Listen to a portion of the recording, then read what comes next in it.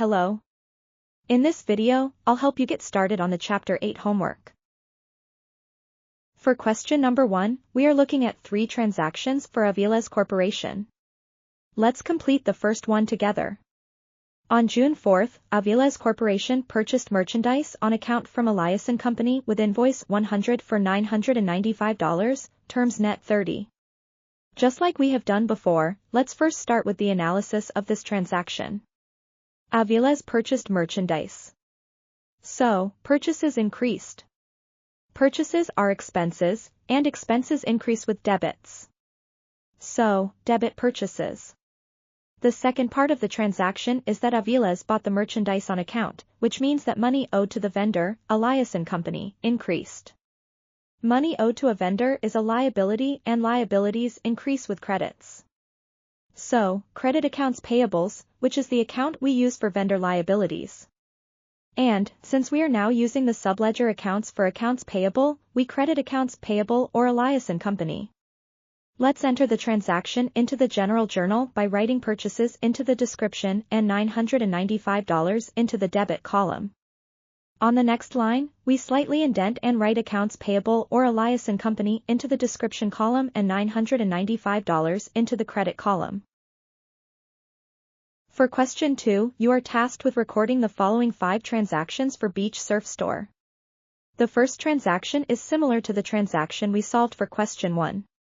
Let's analyze the second transaction together and record it in the general journal. On April 2nd, Beach Surf Store returned merchandise for cash purchased on April 1st and received a cash refund of $120. So, cash increased because Beach Surf Store received a cash refund. Cash is an asset, and assets increase with debits. So, debit cash. Then, for the second part of this transaction, we find that purchase returns and allowances increased because the company returned merchandise. Purchases returns and allowances is a contra expense, which increases with credits. So, credit purchase returns and allowances. Let's write that also into the general journal. Cash debit $120 and purchase returns and allowances credit $120. The third, fourth, and fifth transactions include another purchase of merchandise, a return, and a payment. Question number 3 asks you to calculate the net delivered cost of purchases for Osaki Corporation.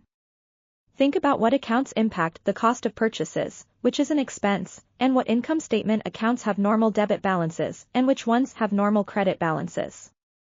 You can consult the textbook if you need to refresh your knowledge on how to calculate the net delivered cost of purchases.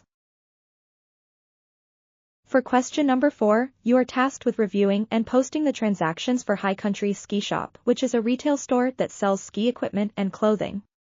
There are 10 transactions that range from purchases to payments and returns. You may want to first record these transactions in a general journal on a piece of paper or Excel or Google Sheets and then post the transactions into the general ledger and accounts payable subledger. Let's complete the first transaction together. On September 2nd, High Country Ski Shop purchased ski boots for $5,800 plus a freight charge of $230 from Colorado Ski Shop, invoice $6,672, terms net 30. Let's analyze this transaction. Purchases increased, purchases are expenses, and expenses increase with debits. So, debit purchases. Then, the company incurred freight charges of $230. Freight charges are expenses, and expenses increase with debits. So, debit freight in. Last, the purchase of ski boots and the freight in cost were on account because the terms are net 30 days. So, monies owed to the vendor Colorado Ski Shop increased, monies owed to vendors are liabilities, and liabilities increase with credits. So, credit account payable or Colorado Ski Shop. As I mentioned, it might be helpful to write down the journal entry first, so that you can later refer back to it if you made a mistake somewhere along the way. So, debit purchases for $5,800, debit freight in $230 and credit accounts payable or Colorado Ski Shop $6,030. Now, let's post the transaction together. We start with the purchases general ledger account and enter the date of September 2nd and the debit of $5,800 into the debit column. Next, we find the account freight in and enter the date September 2nd, and the debit of $230. Then, we find the accounts payable general ledger account and enter the date and the credit of $6,030. Next, on the tab, Accounts Payable Ledgers, find the subledger account for the Colorado Ski Shop and enter the date and the credit of $6,030. Remember that every entry into the Accounts Payable General Ledger account must also be reflected in the subledger. I hope this video was helpful. Don't hesitate to reach out if you have any questions.